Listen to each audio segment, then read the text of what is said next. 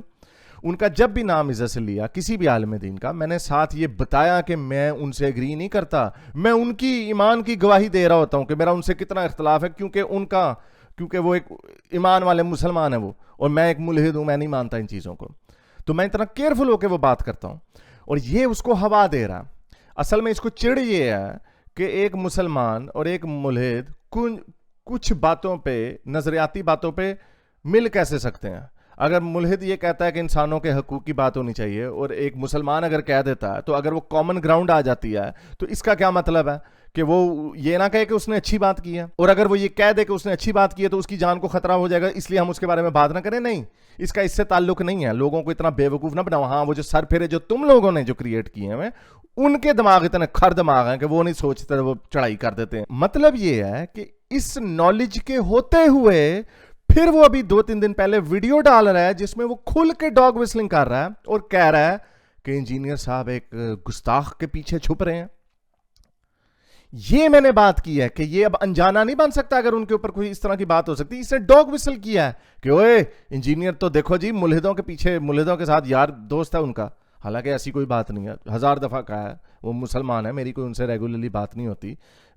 1-2 دفعہ بات ہوئی, اور وہ بھی جو اختلافی موضوع ہیں ان کے اوپر بات ہوئی. ویسے غامدی صاحب کا نام عزت سے لے لیں, انجینئر صاحب کا نام عزت سے لے لیں, ماجدی صاحب جو ان کے ساتھ بیٹھے ہوئے ہوتے ہیں ان کا نام عزت سے لے لیں, تو کیا ان کا نام بدتمیزی سے لیں اب ہم, کیونکہ تمہیں عزت نہیں ملتی؟ تو یہ بات کی. اور یہ موصوف جو ہیں پتہ نہیں کیا, اس نے اس میں بھی آرگومنٹ, اصل میں گونگلوں سے مٹی جھاڑی. اس کو پتا چل گیا کہ چولی مار گیا, اور اس نے اسی ویڈیو میں یہ کہہ دیا نہیں میں نے تو he is doing exactly what I thought he would do, he is playing dumb. کہہ رہا ہے نہیں میں نے تو بس یہ کہا ہے کہ آپ اس کے ساتھ بات کر رہے ہیں, آپ اس کے لقمے کے پیچھے چھپ رہے ہیں یا وغیرہ وغیرہ. پھر بات تو خطرناک ہی ہے, وہ بات ابھی بھی خطرناک ہی ہے.